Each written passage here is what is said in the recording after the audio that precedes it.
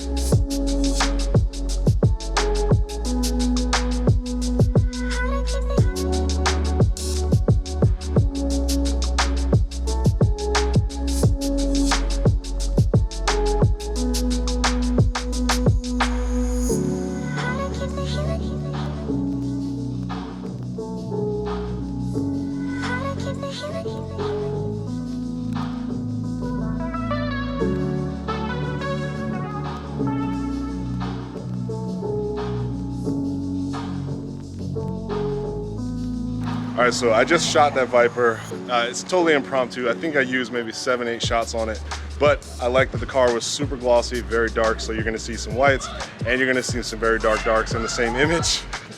These kids are cussing up a storm. And you know, we'll see how it goes, because I haven't even seen the images yet. Let's keep rolling.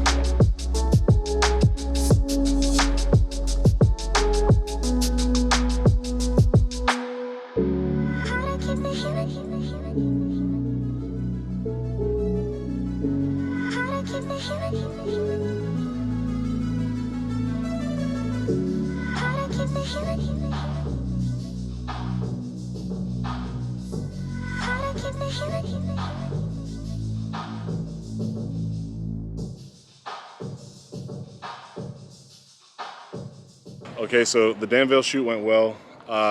It feels like I got a lot of car stuff today, and I'm completely fine with that. I absolutely love cars. It was crazy to see a Viper.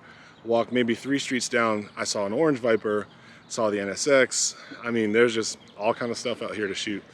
And I didn't have to pay for any of it, so now I'm gonna take the film over to Montclair Photos. It's in Oakland on Antioch Street in case anyone's in the Bay. They have really good 1-hour photos and scans. So if I drop it off, let's say in 30 minutes, I'll probably have it in about 2 hours total. I say that because I don't know where in the lineup I'll be. They might have other people in front of me, but usually I always get same day, literally same 3.5 hour service. You cannot beat it. I love those guys, and I don't care if this gives them more business and makes it hard for me. They do great stuff, and I just want to share that. All right, peace. All right, so we're back from the shoot. I got the photos back from the lab, and let's get into how I feel about it. So first things first, the halations. The halations are so defining of Cinestill film. It's actually probably one of the biggest reasons why you would want to shoot with something like this.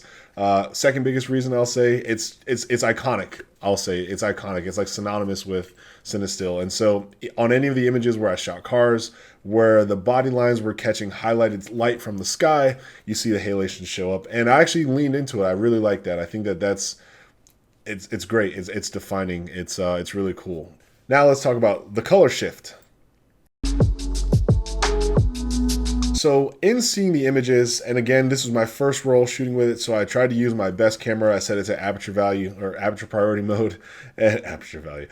In seeing all the images back and taking a look at the colors, I can clearly see that I don't even want to call it a shift, like a pink green kind of, what's the best way to describe it? All the images feel like there's like a little bit of tinted pink and green across all the images.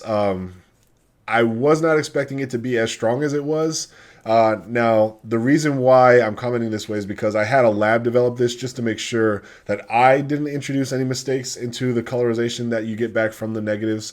But I will say that like I was surprised at how much pinkish, yellowish, greenish tint I saw on all the images. Anything that was white was actually kind of yellow green. Now, obviously, anybody who's like using film probably at this stage knows that they can go in Lightroom or any sort of image editing program and adjust the colors or shift them into a more pleasing aesthetic or at a very minimum white balance.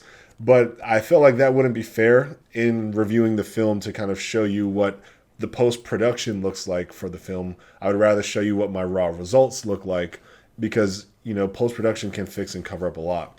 All the images you saw was what I got today. And so I noticed big time, like my film, the one that I shot with, it just really felt a little bit green, yellowy, where I would have expected a little more white. But, you know, that's what I got. So now let's talk about the grain. When I blew up the images and looked at the details, I felt like it was a little more grain than I even thought that I was going to see. I don't want to blame barrel distortion or anything like that, because even when I'm just looking at the image without blowing it up or trying to zoom in on the details, it felt a little grainy. It felt a little noisy in some of the areas where I didn't imagine that it would have been that grainy or that noisy. I'm not a fan. I wish it was a tiny bit more sharp. Again, you can sharpen a little bit. Like, there are things you can do in post-processing, but I chose not to do any of that. We were talking about the raw results here, and the raw results in regards to the grain was just a little bit more than I like. And this is coming from a guy that loves Color Plus, but I feel like I still got a little bit crispy, a little bit sharper images back from some of my Color Plus photos. Or maybe the aesthetic was more pleasing. Like, I feel like that color shift really did kind of touch me a little bit. So, yeah, a little bit more detail would have been great. When I really punched in on focusing on a detail, like for example, the car shot where I'm just showing the marker lights in the back of the car, I felt like that was crisp. I felt like that was sharp, but I used a lot of frame in order to get that level of detail. When I was just generally shooting something that, you know, maybe from a little bit of a distance away, for example, the girl on the phone that I framed her with the storefront bricks, I mean, super grainy. And so you take what you can get. I think the profile of this film is cool. I would say this. I don't know the official price point yet. I think it's going to come out and be a $14.99 film. That's USD and 2022 when I'm recording this.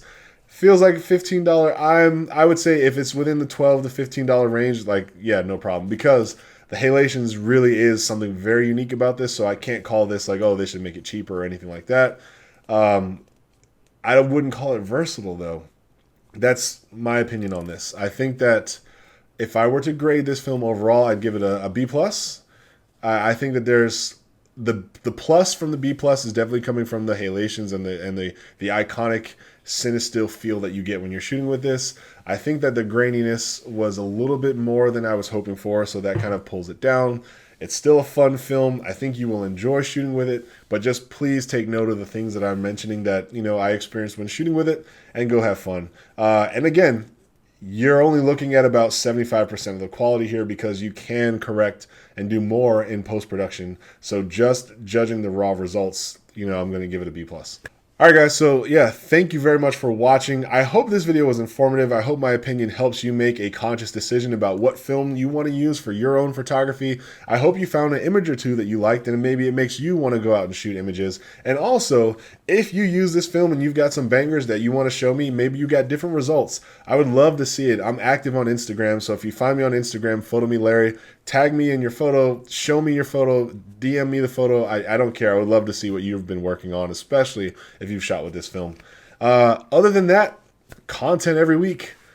I'm back at it, so please subscribe. Thank you for watching, and I will see you next time. PhotoMeLarry, peace. There's a door over there because I'm out.